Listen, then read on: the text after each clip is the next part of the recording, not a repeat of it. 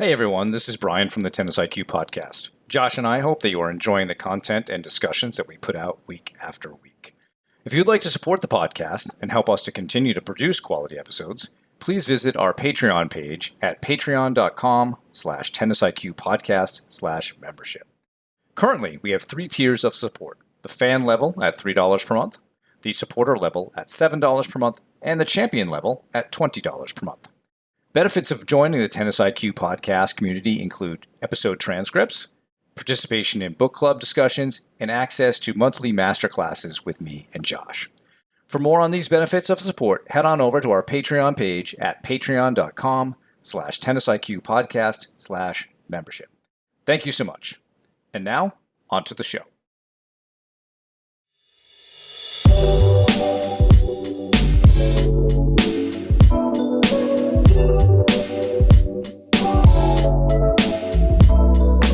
Hello and welcome to the Tennis IQ podcast. I'm Josh Berger.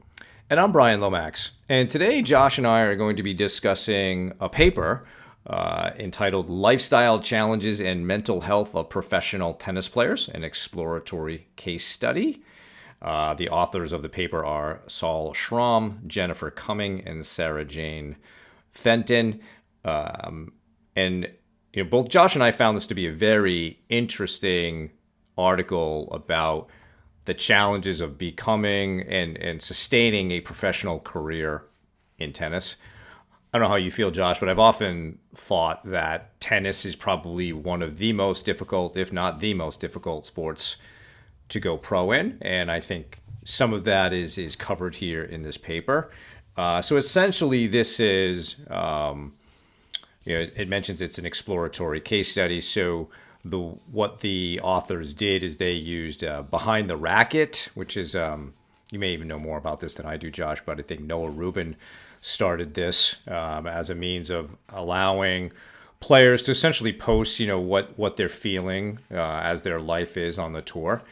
And so the authors examined a number of posts from Behind the Racket and looked at them for different themes of challenges of being a professional tennis player. And in order to classify those posts and the thoughts of the players in a thematic way, they used Maslow's essentially needs theory, Abraham Maslow, to examine what they were seeing, to see the different challenges that players were experiencing on the tour.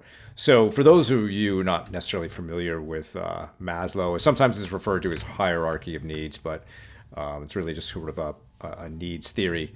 Josh, I think you can explain that for us.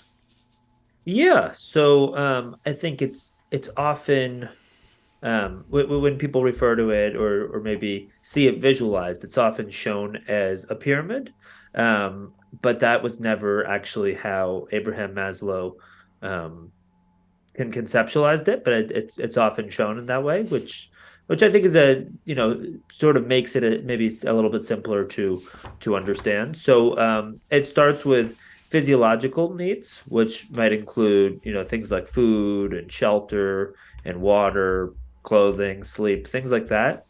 Then there's safety and security as sort of the next level. Things like employment, health, uh, family stability, things like that. Then there's love and belonging, which is sort of that next level, which includes both things like intimacy, friendship, family, connection, and then moving on to that next step, that next level is self-esteem, which might include things like achievement, confidence, feeling respected by others. And then that sort of last level is self-actualization, which is, the sort of achieving one's potential, being able to get to the point of sort of feeling like you've, you've actualized, you've done what you're capable of, essentially. And that could include making a difference, or doing what is maybe things that are a little bit deeper and more core to really who you are.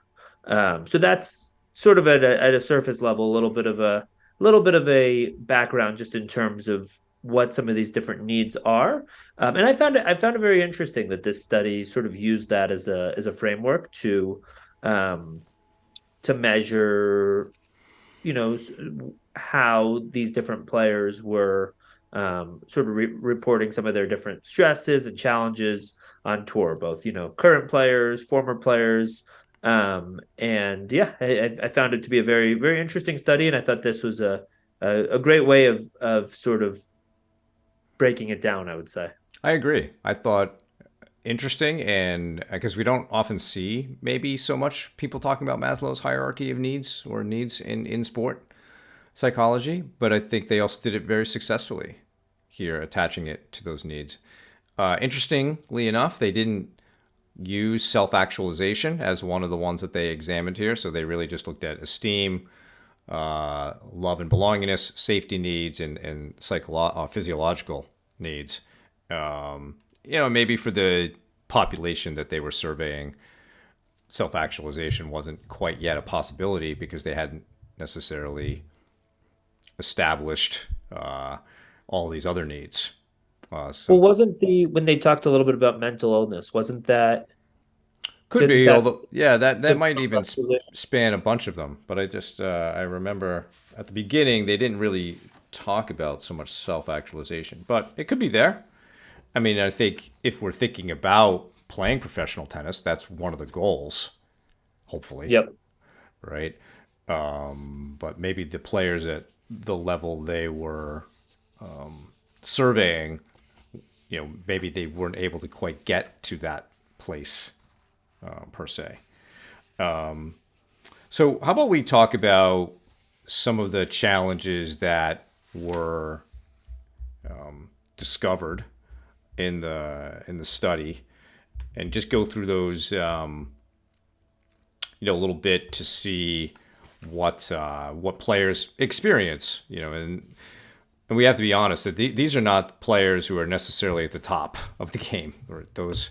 It's a different lifestyle, and I think very often, as fans or maybe as young players coming up, we see those top players and think this is such a glamorous lifestyle.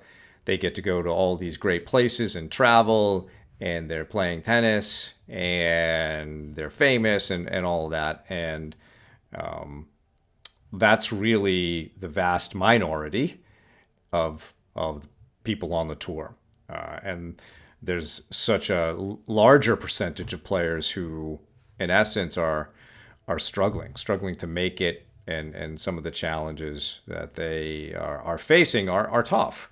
So just to list off the challenges, and then we can go through each one. Physical and mental fatigue, the financial imbalance of the professional tennis system, social and psychological impact of living a nomadic lifestyle, the weight of expectations, and then the structural instability of finances and schedule for the tour. And then sort of a theme that runs through all five of these is, mental health in general and how these things impact that. So let's talk first about the physical and mental fatigue, Josh. I'd love to get your impressions of what you read here on this particular challenge, and your thoughts on it. Yeah, I mean, I think there, I think that there's certainly plenty of both, and I think this, you know, as it relates to physical fatigue, I think this also fits into the sort of structural instability that you had mentioned, where um, you know, the tennis calendar is unique in how long it is. There really is, you know, at the highest level, you know, the highest ATP and WTA level, where the players are in the year end championships. They're the top eight players of the year. They only have roughly a month or so to recover. And if you know if players aren't at that level, maybe it's a month and a half, maybe 2 months at really at the most here. So there, I think the physical fatigue is very notable. And you know, you see it. I mean, just about every player, you know, suffers injuries at some point or another, has to take time off. But it's also the mental fatigue of the ups and downs, of the stress that they're dealing with, of winning and losing, of maybe of just traveling sort of throughout the year, of having to, especially players that that aren't, let's say, top 100 players, having to figure out some of their own accommodations, their own flights, their some of these sorts of things. So I think the fatigue and just the toll that takes, both mentally and physically, is really notable. And a lot of the players in the Behind the Racket series on Instagram talked about this. So I think that's a really important starting point. Absolutely. Yeah. I mean, you mentioned the travel, time zone changes, the schedule. I think, yeah, it's 11 months, but if you wanted to, you could play 12 months. The ITF calendar, Exhibitions, yeah, yeah. exhibitions, but the ITF calendar, I don't think stops. I think that just continues. So if you're Uh-huh. playing 25Ks or 15Ks, which are a lot of what players are doing, below sort of that top 100, top 200, a lot of players are dipping their toes there. So you could keep playing, and it is difficult. It is a lot of challenge to that to the physical and mental fatigue for players. The next one was financial imbalance of the system. So again, at the top, we see players earning all kinds of money, lots, big checks for winning Grand Slams and so forth. But once you get below to some of the lower level tournaments, and certainly in the ITF, it's not nearly as lucrative, and so there is a lot of financial stress that goes on for these players. I remember reading a study some years ago, Josh, that only about something between 100 and maybe 106 players on each tour actually make money. And of course, the amount of money somebody who's at 106 say is making is not very much. So everybody else is kind of in a deficit, and so that can lead to doubt. Can I continue to play? Is it worthwhile to continue to play? Before we even began, you talked about how maybe other people are backing you. All right. So is your family, also putting a lot into this, and is that sustainable? And so just the difference in money between the top and other levels of the tour is so great that very often, I've said this to players, you're playing to eat in a way. If anybody's seen the Eric Budarak TEDx talk, he mentions how he would regularly eat plain pasta with ketchup as because that's all he could afford. And so I think it's useful to know that it isn't all glamorous out there when it comes to the finances.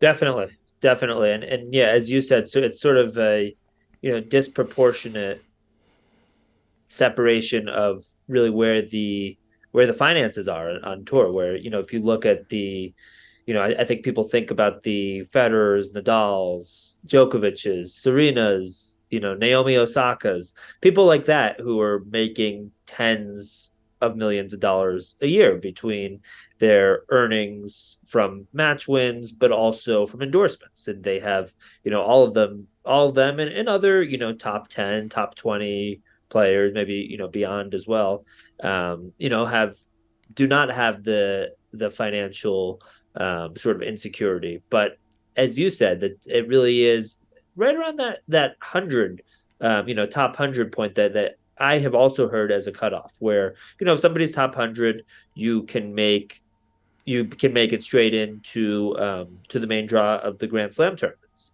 right? So that's a big difference in terms of the check that you receive um, by making it in directly into a Grand Slam. And then you can also make it into other ATP tournaments, other ATP WTA tournaments throughout the year. Challenger level tournaments. In the main draw, and there's a lot more stability at that point. Where if somebody is, 150, 200, 300, 500 in the world. They, you know, the even if they win their futures tournament or challenger tournament, it does it pay your bills? Yes, but are you able to sustain that long term? Not necessarily, right? So I think a lot of players at that level who are, players who've obviously devoted their life to this, had the dream of getting to the highest levels of the sport, are living with sort of a, this insecurity that, this could all go away at any moment, right? Whether that means an injury, whether that means a slump, whether they don't qualify for the next tournament, they lose in the first or second round of qualifying, and then they've spent their own, oftentimes their own money, or maybe money from their country's federation or a sponsor, in terms of their hotel, in terms of their flight, their travel expenses, their coach, right? That's another factor that we see top 5 players, top 20 players with entourages. Oftentimes they have their partner, they have their coach, they have maybe a sports psychology professional, they have a number of these different people on the team. Whereas somebody who's 200 in the world, they may have a coach with them, but it's not, they just simply can't afford to have people around them and really build that team around them in the same kind of a way. So I think the financial concerns are really important, and things are being done. I know the ITF has made changes in recent years to try to address some of this, because a lot of players have spoken out. There's been a recent attempts at a union, PTPA. If I'm sure some people are familiar, that Novak Djokovic, among many others, players on the ATP and WTA tours have been involved with, to have a union for different types of situations, for situations like this, for other concerns between players and the tours, just to sort of help mediate that, and give players sort of more of a say in terms of that. So yeah, but I think the financial piece is certainly an important stressor, and something that a lot of players spoke openly about. Yeah, and you mentioned something there about affording coaches and et cetera. That kind of transitions to the next challenge, which is more on the love and belonging need side, but that's the nomadic lifestyle, and the social and psychological impact of that.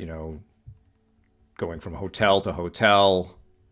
You play, you go back to your room, and you don't have a lot of contact all the time, and not everyone can, as you said, Josh, afford to have an entourage similar to how Rafael Nadal has it. He's got a big group of people that he travels with, and certainly that can be difficult to afford that. And the fact is that humans are social creatures, and being kind of living that nomadic lifestyle, being alone a lot of the time, can be detrimental to how you feel, detrimental to your mental health. And it can be difficult to maintain those relationships, because a lot of your friends, they're maybe back home, your parents and family, maybe they're back home. Certainly easier today than maybe in the past with WhatsApp, Zoom, Skype, whatever. But I've worked with a couple players who are kind of on this arc, and sometimes they just get stuck in their hotel room, and it can be really, really difficult to feel that. And yeah, so I think that's a challenge in itself. Totally, and I think, yeah, for that player who's trying to make it, who's trying to get to the higher levels of the game, there, I think it fits into that last piece, that sort of financial instability piece, where they're thinking about, if they leave their hotel room and they go to a restaurant, or they go and do different activities in some of these, in some of these cities that they're traveling to, that they're digging into their savings, or they're digging into the money that they need to sort of sustain themselves on tour. And that often leads to tough decisions being made. Do I leave the hotel room or not? Do I hire a coach or not? Is that coach full time? Are they part time? Are they sort of shared between a few different players? Am I able to have resources on the mental side of the game? can I have somebody help me on the strength and conditioning side or the injury recovery side of things. So I think I think this fits in. This certainly relates to that last category, where sort of they're living nomadically, they're traveling. Maybe their partner is back home, maybe oftentimes their family is back home, and yeah, I think it can be really really lonely out there. And again, somebody like a Nadal or a Osaka or Serena is able to travel the world with their families and their entourage, and it's not obviously not a concern for them, and I think they're able to mediate some of these concerns. But I think for the vast majority of players, they are dealing with this. And I think also what's important to underline, and I don't think we've mentioned it yet, because I think we've talked a lot about players that are maybe at the cusp of that top 100 or below that top 100 point and are trying to make it, is that I think a lot of these same challenges are faced by top players. And behind the racket, it was really a wide mix of people that were included in this. People that have been top 10, top 50, people within the top 100, people outside the top 100, retired players, really a big mix. But we've seen this at the highest levels of the sport as well. I think Naomi Osaka being probably the most notable example of someone who spoke very openly about mental health challenges and sort of the challenges of tour and dealing with media and things like that, and had to take some time away from the sport. But other players as well have spoken, whether it's during their careers, after their careers, have spoken very openly about some of the stressors. Um, we can talk more about maybe mental health or mental illness towards the end. I mean, we did an episode on Marty Fish, and so certain challenges that he faced. He's somebody who made it all the way to the top 10, and pretty much had to retire because of certain things that he was going through. So I think it's important to underline that this, though we are maybe focusing more on players that aren't, let's say, top 10 players, that these sorts of concerns can really be faced by anybody. It's true. Yeah, I mean, if we look at the five things, certainly some of them do apply to some of the top players.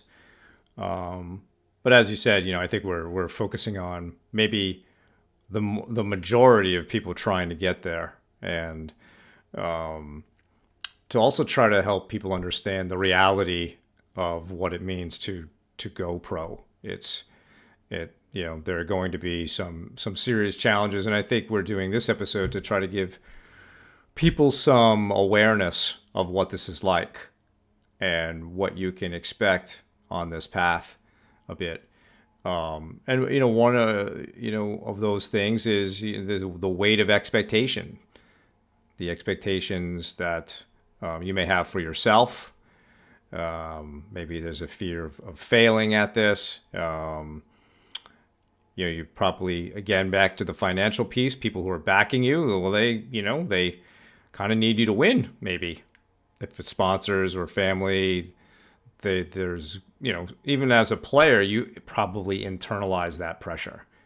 And I've noted this even just with junior players, Josh, that many of them are very aware of how much money their parents are spending. Their parents may not be aware that the kid knows, but the players know. And for some, that is a source of stress when they go out to play, that, hey, my parents are spending so much money on lessons and so forth. I've got to win. I got to play well. And time and energy, Yeah, right? right. Driving and all that. Absolutely. And so imagine what that would be like at the pro level where, you're actually trying to earn money. So I think these expectations of how a player feels, this really more drives towards your esteem needs as well. Is, am I achieving as much as I want to, or as I thought I would? That's another good point in the Eric Budarak TEDx talk, where his method of quote unquote making it was different than some of the other players that he encountered. Many of them had this expectation thing where Eric's approach was more day to day, and let's try to just be a little bit better today. So that might be something we talk about in a mitigation strategy. But certainly we feel this expectation. We've talked a lot about expectations and how they are difficult. In some ways, they're the kind of the root of all suffering from expectations. But this is certainly a challenge because of the nature of the tour. Absolutely. And I think one other piece about the financial side before I say something about expectations is um, I think for athletes of different sports, of maybe every sport, there's also maybe a certain thought in the back of their mind as it relates to sort of their finances that, this can go away at any moment. They can be top 10 in the world, top 100 in the world. They can be, making a good living, even a great or, fantastic, excellent living. But things can change. There's, players get injured, suspended. We see it in MLB, NFL, NBA, where players who are making millions of dollars a year. Maybe they have a shorter career sometimes, and then after their careers, we see players go into bankruptcy. Players have financial issues when after making millions and millions of dollars, and sometimes the reasons for that can be discussed, and I don't whether that's spending habits, whether that's just maybe not being prepared for that sort of windfall of money, whether that's some of the people around them that maybe have expectations in terms of support. But I think, yeah, I think for players at all level, those sorts of financial financial concerns can absolutely exist, and also that thought at the back of their mind that they could lose it. And I think going to the next point in terms of expectations, I think this can be really significant, whether it's expectations that they've had on themselves. I think a lot of players have this dream ever since they were young that they want to be, a professional player. They want to be the best player in the world or a top 10 player or whatever it may be. And, as they're working towards that goal, if they're not quite where they want to be, that can weigh on somebody. That can absolutely weigh on somebody. Um, Especially if maybe they're coming back from an injury or their rankings not at the level that they had hoped. I think the weight of expectations of themselves can be heavy, but also of the people around them. We talked about whether it's sponsors, whether it's national federations. The people around them as well often have expectations, whether it's friends and family members as well. They can have certain expectations or maybe ask questions about them. So I think it can happen from a number of different sources.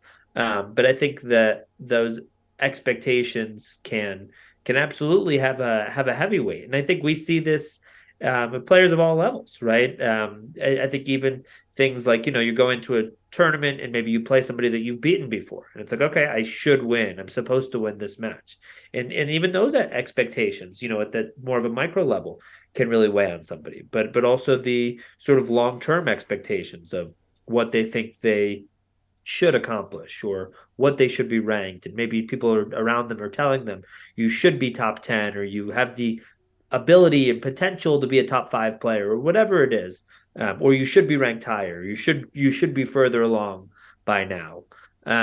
So I think a lot of this is often said, and I think it's often not said with bad intent.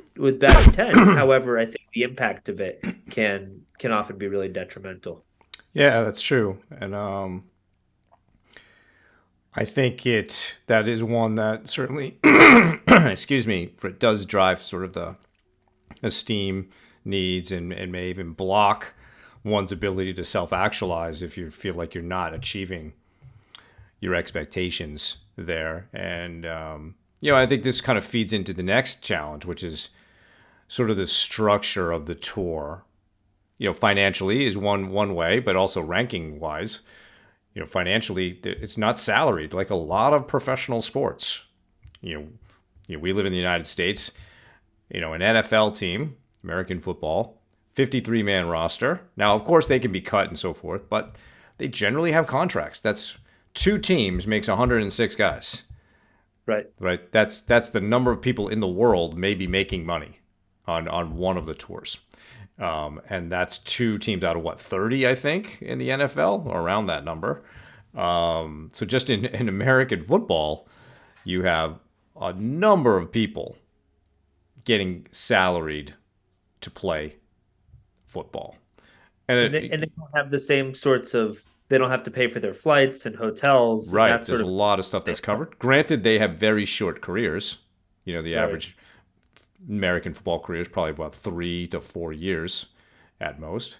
But then there are other professional sports, obviously, that have more contract based, right? You don't have that in tennis. Tennis is also driven by the calendar and ranking points. So you do well at a tournament one year, and now that tournament comes around next year. All right, you've got some points to defend. How are you feeling? Well, if you're injured, all right, do you skip this tournament and lose all those points? Do you play through the injury? Do you need the money? There's a lot of things around how the tour is structured that can cause players to not always make decisions in their own best interest. And that's just the nature of what it's like. Yeah, additionally, a lot of players we're talking about, and even people in the top of the game, there's a lot of losing that goes on in tennis, and that can have an effect on how you feel about yourself, about your self esteem. So, perhaps the tour from a structural perspective is not as glamorous as it looks like when we watch, Tennis Channel or Eurosport or ESPN. Totally. Totally. No, I think that's absolutely true. And I think you bring up an interesting point that the study also talked about in terms of that 12-month calendar where, if a player, let's say, has a breakthrough tournament and they win the tournament or they get to the finals for the first time. And their ranking goes up. That's great. That's all, that's a cause for celebration, obviously. But 12 months from now, those points expire, and then who knows what's happening. Hopefully that player has continued winning and the ranking has gone up where that those points aren't as large of a portion of a player's total points, because if it is, if that tournament makes up a really large portion of their total points, then they're likely to drop quite a bit in ranking. So that leads to some, as you talked about, that leads to some difficult decisions. And I think that also fits into expectations, right? You have certain expectations on your back, and those aren't just some of the ones that we talked about earlier from yourself or from the people around you. Those are, expectations in terms of, okay, if I can't have put together another really impressive result here, my ranking's going to go down. And that, what does that mean in terms of my sponsors? What does that mean in terms of my livelihood, my ability to keep doing this and keep chasing that dream and keep playing on the tour?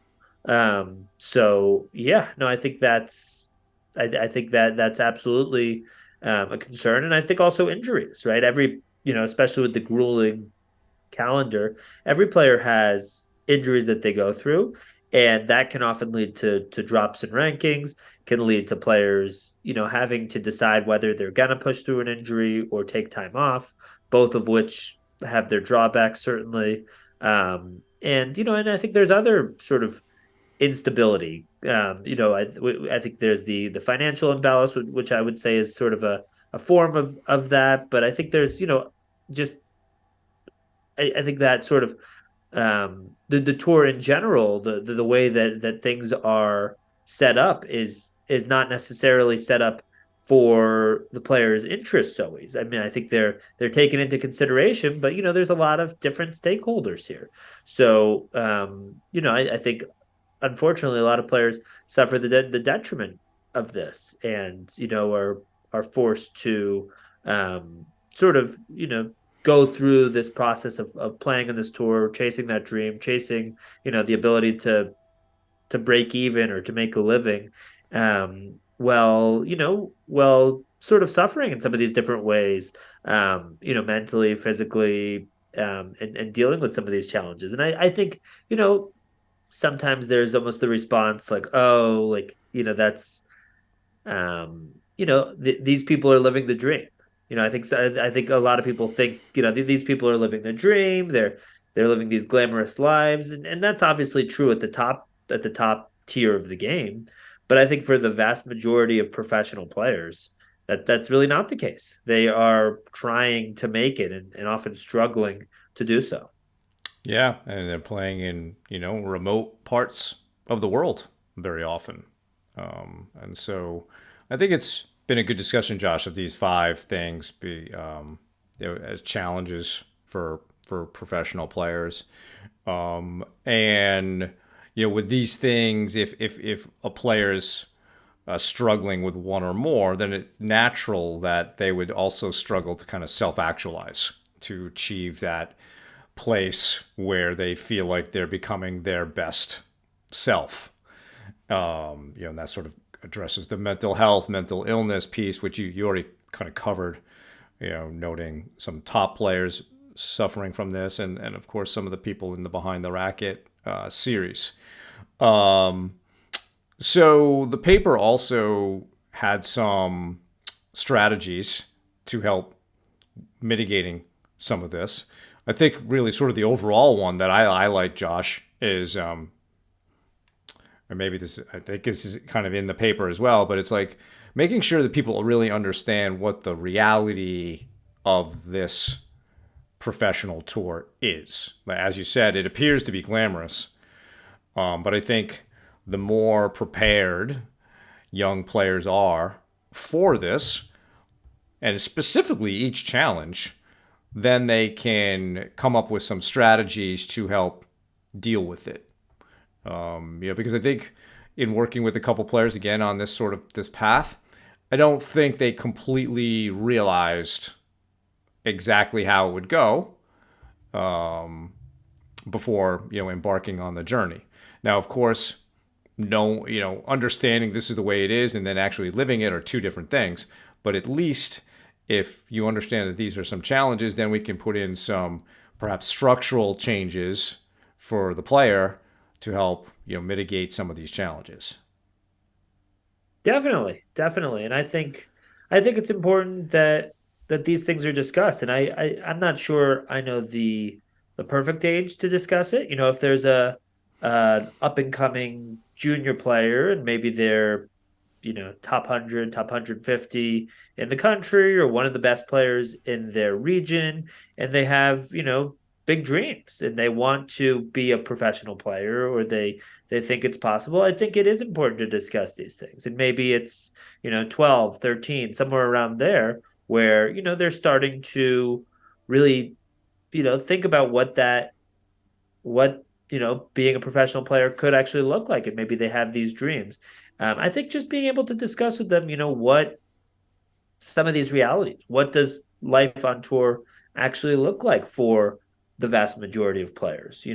What percentage of people actually quote unquote make it? And again, maybe making it can be seen differently by different people. But what percent of players actually get to that top 100 point where they're making a living? I think just being able to talk through some of these things, and also if a player does have that goal or says they have that goal, really trying to understand why. Where does that come from? Is that because somebody that they train with or a coach said that they could do that? Or is that because this is something that they really want to do? And if it's something that they really want to do, or they say they really want to do, have they done some of the work in terms of really figuring out why? Why is this important, right? If we've, I think we've talked a lot of this episode about some of the challenges, some of the less glamorous sides of pursuing this. But again, it's something that a lot of people want to do. And I don't think any part of this episode is trying to discourage people from doing that. But I think it's important that people really have that clear and firm understanding of why they're doing it in the first place. Why is this something important to them? Why, why is this meaningful? Why is this why is this a journey that they've decided that they want to pursue? And I think the more clear that they can be on that, the more that they will be, resilient enough to handle some of these stressors and some of these I would say, inevitable challenges along the way, because I think they're all, these things are all things that people face on their journey towards the top of the game, or on their attempt to get to the top levels of the game. And they're inevitable. They're kind of, unavoidable, I would say. So it's just, I think just going in with realistic expectations on that is really important. Yeah, I'm really just going in with your eyes wide open that this is what it's going to be like, right? In terms of I think mitigation strategies, we can talk about a few that were in the paper, and then maybe some of our own here. But the study noted trying to have more of a mastery orientation with what you're doing as opposed to just focusing on achievement and wins. I think that's especially important with the amount of losing that goes on at certain levels of the tour. So can you just try to keep improving your game? And as we've said, the more you work on that aspect of things, the results tend to come, but there's a lag. So we want to make sure that we're getting really good at all those little things that matter. Learning to regulate your emotions well. That's certainly anything that's good for mental health in general. And with all the challenges that you'll face, you want to make sure you can do that. The next one I really like, and this is something I've discussed with some players, is really make an explicit effort to create a social support system around you, whether that's making sure you're calling your friends, your family, whatever it is that you can do, your coaches, etc. Can you have a real strategy and structure to how you create social support so you don't feel so alone, and you're not just spending time in your hotel room between matches? And then the last one suggested in the paper, at least of I could recall, Josh, was more addressing the finance piece and the stability of that. Is, are there alternative ways of making money, whether that's through social media or other types of things that one could do so that you have other streams of income while you're also playing. And that's probably more possible today than say it was 20 years ago. But I think those were some interesting mitigation strategies, and I want to get your thoughts on those. I think those all make a lot of sense. I think things like, finding other sources of making money, I think makes quite a bit of sense. Whether that's, you know, different sorts of sponsors, or I think people have done things like GoFundMe's or things like that. I've heard situations of players who are, maybe playing at the challenger or futures level, who will, maybe it's during the off season, or they'll make it an off season, and they'll do a little bit of coaching. They'll do a little bit of coaching for maybe 2, 3, 4 weeks, and make some funds that can sort of sustain them for, a few months or however long it may be.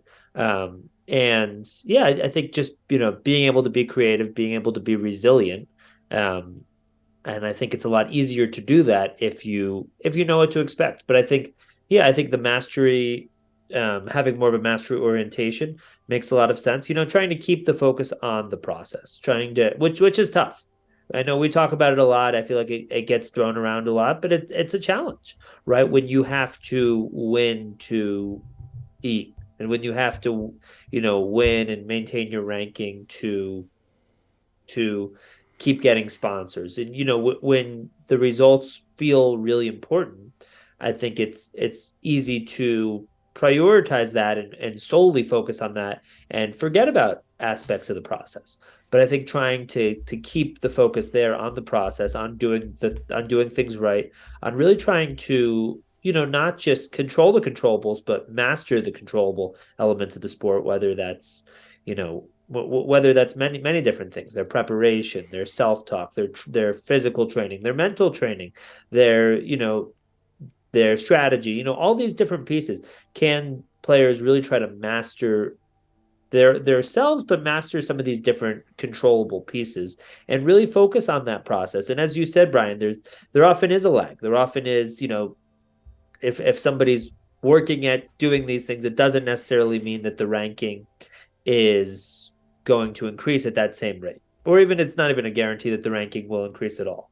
But the more that we are doing the right things and making the types of decisions to help us become better and better players, it tends to lead to the sorts of results that players want. And oftentimes there's a lag. Oftentimes it's not as quick as somebody would hope, but it does tend to happen. I think also having some trust in that process, having some trust and faith that by doing the right things, that it will work out eventually. And that doesn't mean it will work out right now or as soon as we'd like, but it does tend to work out. So I think having some trust and faith in that process, also having good people around you, I think is really important. Whether those people are physically around you or whether they're maybe in the other side of the world, but you're able to connect through phone or video chat or whatever it is.